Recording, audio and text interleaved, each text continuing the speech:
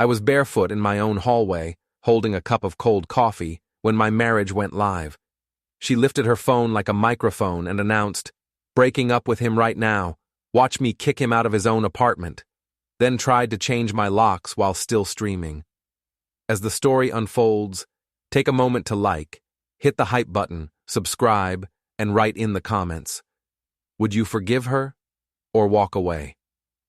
Ava's face filled the screen she held at arm's length, her makeup flawless, her smile bright and terrible. Behind her, a locksmith in a red polo shirt looked confused, holding a drill he hadn't been told to use yet. The phone camera swung toward me, and I saw myself in the tiny preview window. Barefoot, rumpled shirt, expressionless. "Say hi to everyone, Matt," she said, voice sweet as poison. I didn't. Instead, I set down the coffee, walked to the intercom panel by the door, and pressed the button marked Security. "Ava, you can't just—" the locksmith started. "I'm documenting my truth," she said to the camera. "He's been emotionally unavailable for months. I deserve better. You all deserve to see what gaslighting looks like." The locksmith shifted his weight. "Ma'am, I need to see proof you live here before I can—" "I've been here every weekend for a year." Derek Rowe's voice crackled through the intercom. "Mr. Halden? Derek, I need you up here. Apartment 14C. Someone's attempting to change my locks without authorization." Ava's smile flickered. "Matt, don't be dramatic." I looked past her to the locksmith. "She's not on the lease. You can verify that with building management before you do anything." The phone was still recording. 12,000 people, the counter said. 12,000 strangers watching my marriage collapse in real time. Derek arrived 4 minutes later, calm and professional in his gray uniform. He nodded to me, then turned to Ava. "Miss, I'm going to need to see your lease agreement or a signed authorization from Mr. Halden." "I don't need authorization. I live here." "The building records show only Mr. Halden on the lease for this unit." Her face went pink. The phone trembled slightly in her hand, but she kept it aimed at Derek. "This is discrimination. You're taking his side because he's a man." "I'm following building policy, ma'am." Derek's voice never changed tone. "If you'd like to file a formal complaint with management, I can provide you with the forms." "I have rights." "You have the right to leave voluntarily," Derek said. "Or I can call the police to help clarify the trespassing laws." The locksmith was already packing his drill. I stepped forward, close enough that I was in frame. I looked directly into the camera. "Entertainment for your followers." The comment counter exploded. Hearts and laughing emojis flooded the screen. Ava's hand shook harder. "You're going to regret this," she hissed. "Probably," I said. "But not today." Derek waited while she grabbed her purse, her charger, and a designer jacket from the coat hook. She didn't look at me again. She kept the phone up the entire way to the elevator, narrating her victimhood to an audience that was already fracturing into arguments in the comments. When the door closed, Derek handed me a business card. "You'll want to document this. Change your codes tonight. If she tries to come back, call me first, then the police if needed." "Thanks, Derek." "Just doing my job, Mr. Halden." I locked the door, walked to the kitchen, and poured the cold coffee down the sink. Then I sat at the table, opened my laptop, and started taking screenshots. The video was already up on her Instagram, 43 minutes long. I watched it twice, noting timestamps, Derek's exact words, the locksmith's refusal, the comment thread. I saved everything: the video, the comments, the follower count before and after. My phone buzzed. Messages from Ava's number, then Riley's, then Ava's again. I didn't read them. I turned off notifications and opened a new document. At the top, I typed timeline. Underneath, I began to list dates. August 14th. She posted a photo from a hotel lobby in Baltimore, tagged it as a work trip, but her actual work didn't require travel. The geotag was 2 blocks from a gym called Iron Standards. August 21st. Another networking event. Same city, same geotag radius. September 3rd. She came home late, smelling like chlorine and expensive cologne. September 9th. I found a second phone charger in her car. Wrong brand. She said Riley left it. September 16th. Riley posted a story. Champagne glasses, low lighting, a blurred figure in the background with a familiar jawline. I kept typing. Dates, locations, inconsistencies. I didn't feel angry. I felt cold and focused. The way I did at work when a shipment manifest didn't match the container count and someone was about to lose a lot of money. Around midnight, I opened her Instagram again. She'd posted a follow-up, a tearful selfie with a caption about betrayal and healing. The comments were split. Half called me a monster, half asked why she wasn't on the lease. I clicked through to the profiles of the people asking questions. Some of them followed Cole Miles. Cole, fitness coach, 34, 6,000 followers. Every photo showed the same things: his arms, his car, his clientele. He tagged Ava in a post from 3 weeks ago. Brunch with this powerhouse. Collaboration coming soon. I opened a second document and titled it, Cole Miles, Profile. Then I started searching. By 2 a.m, I had a map. Flight confirmations in Ava's email, all forwarded to an account I still had access to because she'd never bothered to remove me. Hotel receipts, a shared calendar she thought was private, workout sessions that lined up with her work trips, Instagram stories where they appeared in the same location on the same day but never in the same frame. Sloppy, arrogant, stupid. I leaned back in my chair and looked at the ceiling. I could file for divorce, split everything down the middle, and be done in 6 months. I could walk away, or I could do something else. I thought about the phone camera in my face, the 12,000 people, the smug tilt of her chin when she told the locksmith she had rights. I thought about Cole's perfect teeth in his profile photo, the way his captions always humbled bragged about leveling up and staying hungry. I opened a third document, Action Plan. At the top I wrote, no crimes, no hacks, no permanent damage, just precision. Then I got to work. The next morning, I woke up at 6 and went straight to the laptop. I spent an hour going through Ava's social media history, clicking back through months of posts. Every photo told a story if you knew what to look for. The hotel lobbies, the restaurant check-ins, the workout selfies with strategic cropping that left out whoever was standing next to her. I cross-referenced her posts with Cole's. They were careful, but not careful enough. On August 27th, Ava posted a sunset photo with the caption, "Sometimes you need to get away to find yourself." The location tag said, The River House, a restaurant 40 minutes outside the city. 3 hours later, Cole posted a photo of a steak dinner with the caption, "Fueling Greatness." No location tag, but the table, the lighting, and the angle of the window in the background matched Ava's photo exactly.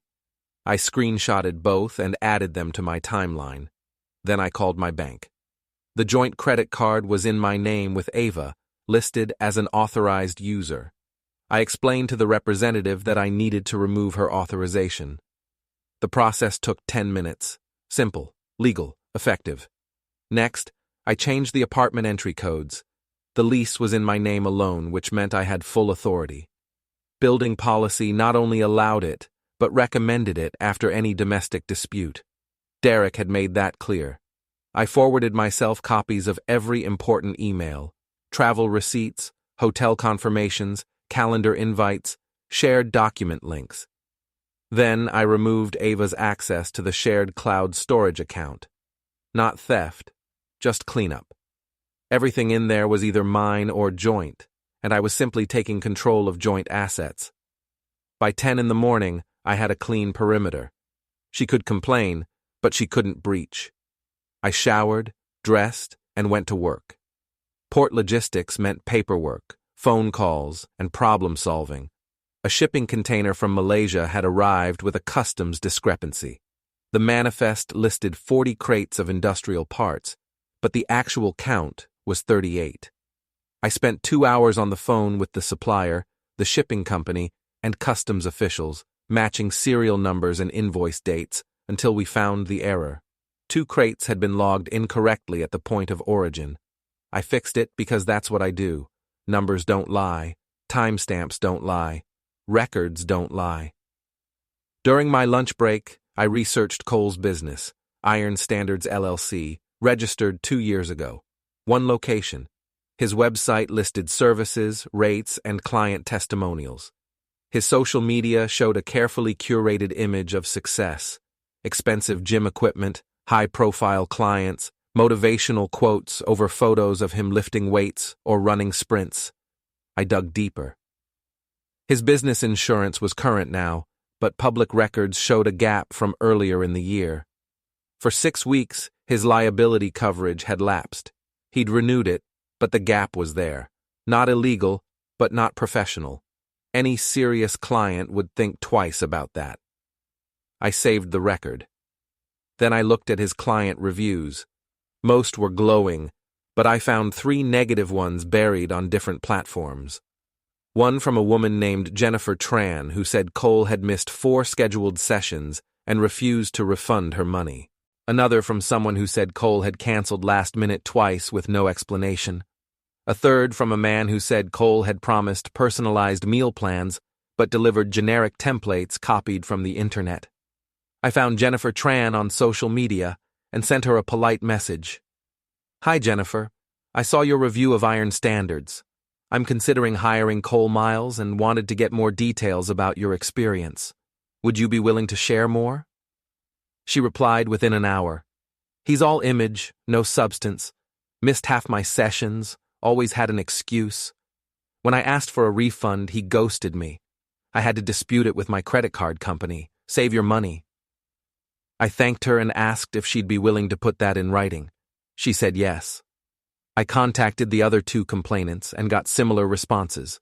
Both were willing to document their experiences.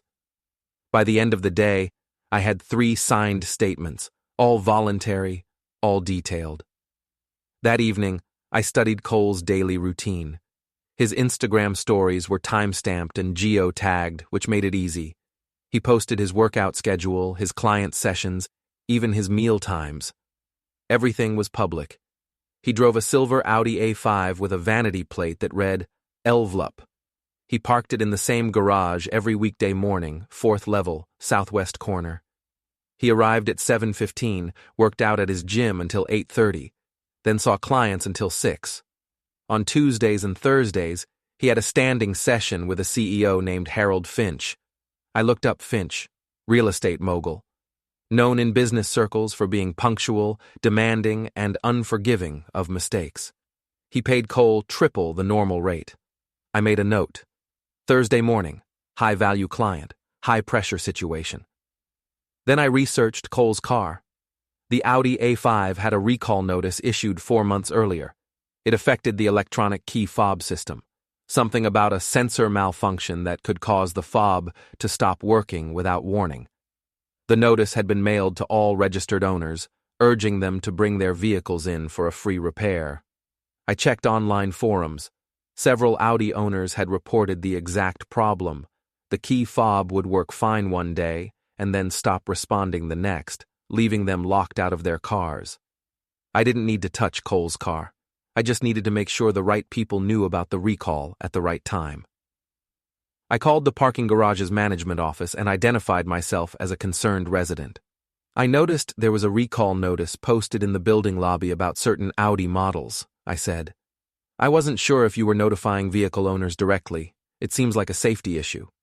The manager thanked me for calling and said they'd send out a reminder to all residents about checking for open recalls on their vehicles.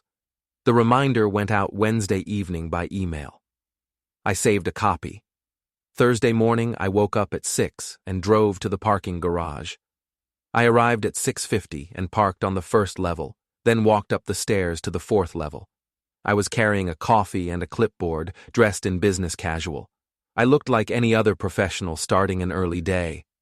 I positioned myself near the stairwell exit, where I had a clear view of the southwest corner, Cole's parking spot. At 7:12, he arrived. I recognized his walk from his Instagram videos. Confident, fast, shoulders back. He had a gym bag slung over one shoulder and his phone in his hand. He was wearing athletic gear and expensive sneakers. He reached his car and pressed the key fob. Nothing happened. He pressed it again. The car didn't chirp. The lights didn't flash. The locks didn't click. "Come on," he muttered, loud enough for me to hear from 30 feet away. He pressed the button 6 more times, jabbing it harder each time. Nothing. He swore and fumbled for his keys, looking for the physical backup. That's when Luis appeared. Luis was the garage attendant, mid-20s, serious about his job, and known for enforcing every rule in the manual. "Excuse me, sir," Luis said, walking up to Cole. "You the owner of this vehicle?" "Yeah, why?" Cole didn't look up. He was still trying to get the key into the door lock. "We sent out a notice last night about the recall on these key fobs," Luis said. "If you've got an open recall and the vehicle's not responding, I need you to move it or get it towed. You're in a high-traffic area. I don't have time for this right now. Sir, if there's a safety recall and you ignored it, the garage isn't liable for—" "The car is fine, I just need to—" A black Mercedes pulled up behind Cole's Audi and stopped. The engine idled. The window rolled down. Harold Finch. I recognized him from the Business Journal photos. Silver hair, sharp suit, jaw like a hatchet. "Cole," Finch said, his voice flat. "Are we starting or not?" Cole spun around, and I saw panic flash across his face before he forced a smile. "Mr. Finch, yes, absolutely. Just a small technical— I have a board meeting at 9:30. No problem, we can just—" Cole turned back to his car and tried the fob again. Still nothing. Luis stepped closer. "Sir, I really need you to move this vehicle. You're blocking—" "I'm not blocking anything!" Cole's voice was rising now. Another car appeared behind the Mercedes, then another. A line was forming. Someone honked. Cole's face went red. He yanked out his phone and opened an app, probably the remote unlock feature. The app spun, loading. Harold Finch put his Mercedes in reverse, smooth and deliberate. "Call me when you've sorted this out, Cole." "Mr. Finch, wait!" The Mercedes backed up, turned, and disappeared down the ramp. Cole stared after it, his mouth half open. His phone buzzed. The app had timed out. Luis handed him a business card. "There's a dealership 2 miles east. They can fix the fob issue in about an hour. In the meantime, you need to move this vehicle, or we'll have it towed per building policy." Cole looked at the card, then at Luis, then at the growing line of cars behind him. His hands were shaking. Then he looked up and saw me. I was standing by the stairwell, clipboard tucked under one arm, coffee cup raised halfway to my lips. Just another guy on his way to work. Our eyes met for half a second. He didn't recognize me. Why would he? He'd never seen me in person. He only knew me as the man in Ava's Instagram video, barefoot, rumpled, silent. I turned and walked down the stairs. Behind me, I heard Cole shouting into his phone, calling a tow service. I got in my car, drove home, and checked Instagram. Cole had posted a story 3 hours earlier. "Big day ahead. CEO clients require CEO energy. Let's get it." The story after that, posted 20 minutes ago. "Technical difficulties this morning, but real ones stay ready. Bounce back mode activated. Nothing stops the grind." The comments were mostly supportive. Fire emojis. "You got this, bro. Keep pushing." But Harold Finch was gone. I opened my timeline document and added a new entry. Thursday, 7:20 a.m., Harold Finch session canceled. Cause, ignored recall notice, key fob failure, poor planning, unprofessional response. Then I closed the laptop and made breakfast. That afternoon, Jennifer Tran sent me a signed statement. It was 2 pages long, dated, and detailed. She described 3 missed sessions where Cole never showed up and didn't call to cancel. She described 2 sessions where he arrived 30 minutes late with no apology. She described asking for a refund and being told she'd signed a no-refund policy, which she later discovered wasn't in the contract she'd actually signed. "He relies on people not pushing back," she wrote.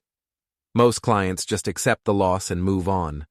I only got my money back because I disputed the charge with my credit card company and provided documentation." I saved the statement in a folder labeled Evidence, Voluntary Complaints. The second former client sent a similar statement that same evening. Then a third. By Friday, I had 5 signed, detailed complaints. I also had screenshots of Cole's Instagram posts, his public scheduling page, his business registration, and the insurance gap documentation. I had the recall notice, the garage incident timeline, and photos of the email reminder that had gone out to residents. Everything clean, everything legal, everything verifiable. Friday evening, I went to the gym. Not Iron Standards, a corporate chain across town where I could blend in with 200 other people. I ran on a treadmill for 40 minutes, then did a weight circuit. While I was stretching, I checked my phone. New text from an unknown number. "We need to talk. This is Riley." I didn't respond. I took a screenshot, saved it, and went back to stretching. 5 minutes later, another text. "Ava's a complete mess because of you. You don't get to just walk away like this." I screenshotted that one too, then blocked the number. When I got home, I found an email from Riley sent to a burner account I'd created earlier in the week. I'd reached out to her pretending to be a freelance writer working on a piece about local fitness influencers who were breaking into the mainstream.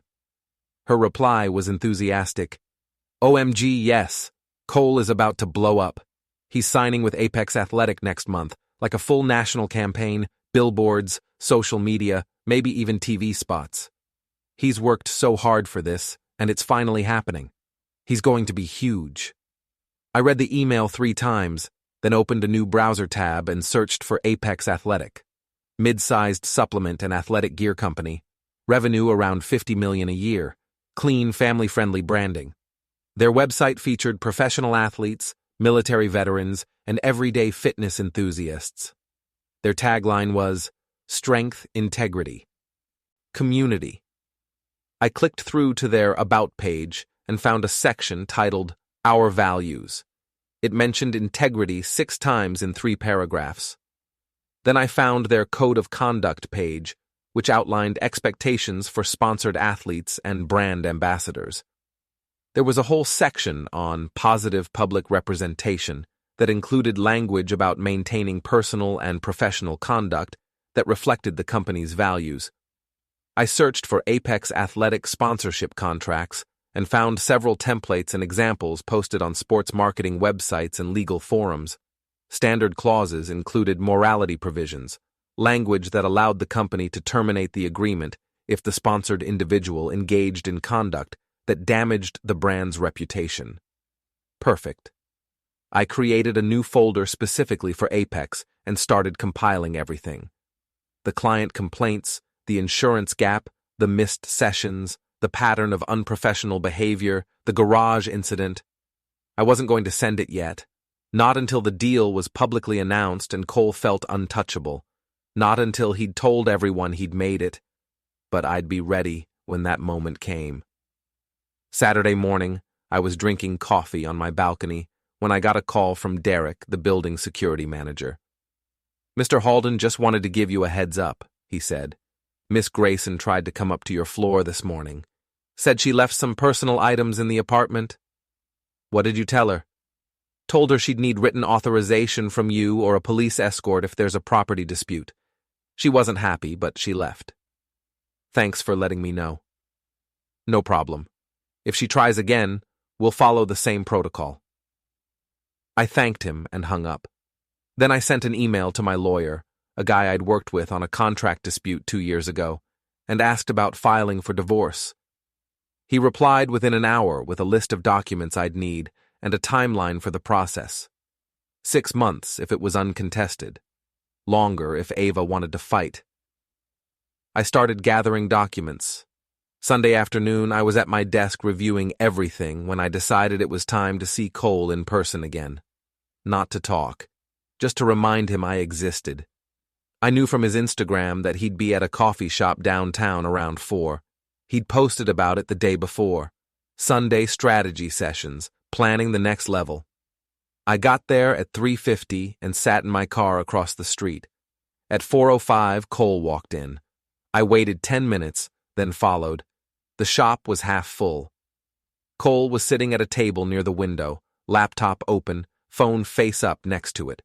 He was typing, occasionally glancing at his phone, looking focused and important. I ordered a coffee, picked it up, and walked past his table on my way to the door. "Cole Miles?" I said, stopping. He looked up. "Yeah?" "Matt Halden." It took him 2 seconds. Then his face changed. Confusion, then recognition, then anger. Ava's ex-husband, soon. He closed his laptop slowly. "I don't have anything to say to you." "That's fine," I said. "I just wanted to see you up close, see what 12,000 people saw when my wife humiliated me on camera." "You need to leave." "Public place, Cole. I'm just getting coffee." He stood up. He was taller than me, more muscular, used to being the most physically imposing person in a room. "Stay away from me." "I'm not near you. I'm just here. Same city, same world. It happens." "You're stalking me." "Public Instagram posts, public business records, public coffee shop. You've made everything about yourself very public, Cole. I'm just paying attention." His jaw clenched. "This is harassment." "No, harassment would be repeated, unwanted contact intended to intimidate or distress. This is one conversation in a public place. But I appreciate you knowing the legal definition. Shows you're concerned about boundaries." He took a step toward me. "You threatening me?" "Not at all. Threats are illegal. I'm just making an observation. Everything you've built, the image, the followers, the big sponsorship deal Riley won't stop talking about, it all rests on a reputation, and reputations are fragile things. You don't know anything about me." "Baltimore," I said. "August 14th, the River House, August 27th, the hotel near your gym, September 3rd, the parking garage last Thursday morning around 7:20. Should I keep going?" His face went pale, then red. "You're insane." "No, I'm thorough. There's a difference." He shoved me. Both hands on my chest, hard enough to make me take 2 steps back. I smiled and didn't move forward. "There's a camera on the building behind you," I said, gesturing with my coffee cup, "and about 6 witnesses in this shop. You want to give me something I can actually use. Go ahead." He looked over his shoulder, saw the security camera mounted above the door, and froze. "That's what I thought," I said. Then I walked out. Behind me, he shouted something about lawyers and restraining orders, but I didn't look back.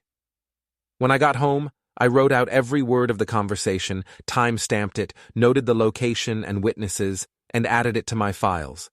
Then I checked my email. Riley had sent another message to the burner account. "Hey, actually, can you hold off on publishing anything for a few weeks? The Apex deal isn't totally finalized yet, and Cole's being super careful about press right now. His agent said no interviews until after the official announcement." "Sorry," I replied. "No problem at all. I'll wait until after the official announcement. Congrats to Cole. Sounds like he's worked really hard for this." She sent back a thumbs-up emoji and 3 hearts. I leaned back in my chair and looked out the window at the city lights. One more piece, one more move. Then I'd be ready. The announcement came on Thursday afternoon. I was at work, reviewing a bill of lading for a container shipment from Shanghai, when my phone buzzed. Cole had posted a photo on Instagram, him in a suit, shaking hands with a man in an Apex athletic polo shirt, both of them smiling. Behind them, a backdrop with the Apex logo repeated in a grid pattern. The caption read, "Dreams become reality when you refuse to stop climbing. Proud and humbled to announce I'm joining the Apex athletic family as a brand ambassador. This is just the beginning. To everyone who believed in me, we did this together. Let's level up." The post had been up for 11 minutes and already had 3,000 likes. The comments poured in. "So proud of you, bro. You deserve this. Inspiration. This is huge. Riley had reposted it to her story with the caption, "Told you, told you. This man is unstoppable. So proud I could cry." Ava had reposted it too. "Watching greatness happen. Some people just have that fire." I saved everything. The post, the comments, the reposts, the timestamps. Then, I opened my Apex folder and reviewed the contents one more time. 5 signed client complaints. Insurance gap documentation. The garage incident timeline with witness statements. Screenshots showing a pattern of unprofessional behavior spanning 14 months. Photos of Cole's posts that contradicted his claims of reliability and integrity. Everything organized, labeled, sourced. I didn't send it. Not yet. I closed the folder and went back to work. Friday evening, Riley posted about a private celebration at Cole's townhouse that Saturday night. Intimate gathering to celebrate big things, close friends and family only, can't wait to toast to what's next. She included a photo of an invitation. Cream-colored cardstock with Cole's logo embossed in the corner, and the words, "Join us for an evening of celebration" in elegant script. I zoomed in on another photo she'd posted earlier in the day, a shot of her addressing envelopes at her kitchen table. I could make out about 15 names on the list sitting next to her. I recognized 4. Raymond Ortiz, a real estate developer I'd seen tagged in several of Cole's posts, 2 other clients whose faces appeared regularly in Cole's Instagram, and Jenna Park, who worked in sports marketing at a local clinic. I didn't have an invitation, but Raymond Ortiz had just posted on a neighborhood forum asking for contractor recommendations for a downtown development project. I knew someone who fit that description. I called Eric Voss. We'd worked together 3 years ago on a port renovation project. He'd handled the structural work while I'd managed logistics and vendor coordination. We'd stayed in touch, meeting for drinks every few months, trading industry news and occasional referrals. "Eric, it's Matt Halden." "Matt, how's work?" "Steady, container traffic's up 15% this quarter. Keeps me busy. You?" "Same. Just wrapped a job in Canton, starting another one next week. What's up?" "You still doing private residential?" "Yeah, depends on the project. Why?" "There's a developer named Raymond Ortiz looking for someone reliable for a downtown build. Might be worth connecting with him." "How do you know him?" "I don't directly, but I know someone who trains with him. There's a small private gathering Saturday night.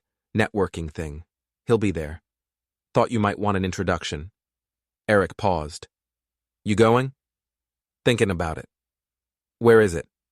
I gave him Cole's address. "All right," Eric said. "What time?" 8 should work. I'll meet you outside." "Sounds good.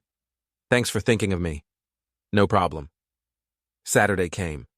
I spent the morning and early afternoon organizing my files one final time. Every complaint, every screenshot, every insurance document, every timeline entry. I'd built 3 narratives, one focused on unreliability, one focused on financial impropriety, one focused on character. Each narrative was supported by documents, timestamps, and voluntary statements. Nothing fabricated, nothing stolen, nothing hacked. Just truth, waiting to be seen at the right moment. I printed 3 copies of the complete file, 42 pages each, and put them in a leather portfolio. At 7:30, I dressed in dark jeans, a charcoal button-down shirt, and a navy jacket. I looked professional, but not formal. Understated. Forgettable. I drove to Cole's neighborhood and parked 2 blocks away. At 7:55, I walked to his townhouse and found Eric waiting on the sidewalk out front. "You clean up decent," Eric said, grinning. "Big moment for the host. Seemed appropriate." "So who is this guy again?" "Fitness trainer. Just signed a major sponsorship deal. Celebrating with some close contacts." Eric raised an eyebrow. "And you know him how?" "Through my ex-wife."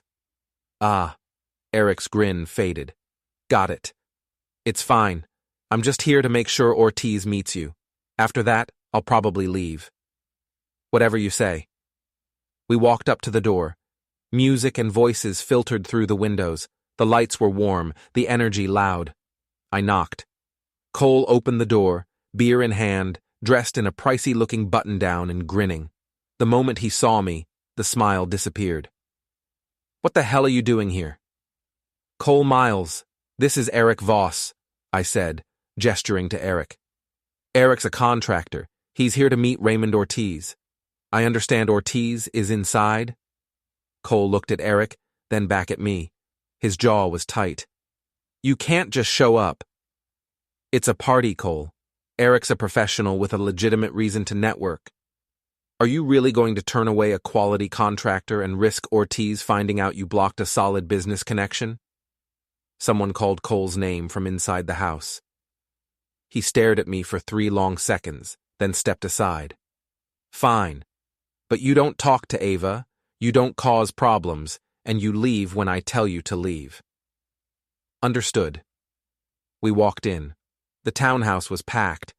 At least 25 people in a space designed for half that. Music played at conversation volume. People clustered in groups, drinks in hand, laughing and talking. The furniture had been pushed back to create more space. A table near the kitchen was covered with bottles, mixers, and plastic cups. Ava was standing near the kitchen, talking to Riley and another woman I didn't recognize. She saw me and her face went white. She said something to Riley, who turned and looked at me with pure venom. I didn't acknowledge either of them. I followed Eric through the living room to the far side, where Raymond Ortiz stood near a bookshelf, talking to 2 other men. Ortiz was mid-50s, solid build, gray at the temples, wearing a casual blazer over a black shirt. Eric walked up and introduced himself. I hung back, watching. Cole was across the room, tracking my every move. His smile was gone. He looked tense, coiled. I picked up a beer from the cooler near the door, leaned against the wall, and waited. 10 minutes passed. Eric was deep in conversation with Ortiz, talking about timelines and budgets. The other 2 men had drifted away. Ortiz stepped aside to refill his drink at the table. I moved next to him. "Raymond Ortiz?" He turned, looked at me. "Yeah?" "Matt Halden. I work in port logistics, cost oversight, vendor management, that kind of thing. I've seen your name in the news. The downtown project looks solid." "Thanks. You in development?" "Adjacent. I deal with supply chains, contract compliance, risk assessment. Makes me pretty good at spotting red flags." He tilted his head slightly. "Red flags?" I glanced across the room at Cole, then back to Ortiz. "You train with him, right?" "Twice a week for about 6 months. Why?" "Just curious. I've heard some things."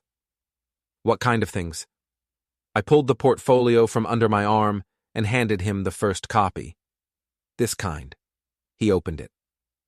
The first page was a summary sheet listing 12 documented complaints, 2 insurance gaps, and a timeline of unprofessional incidents spanning 14 months.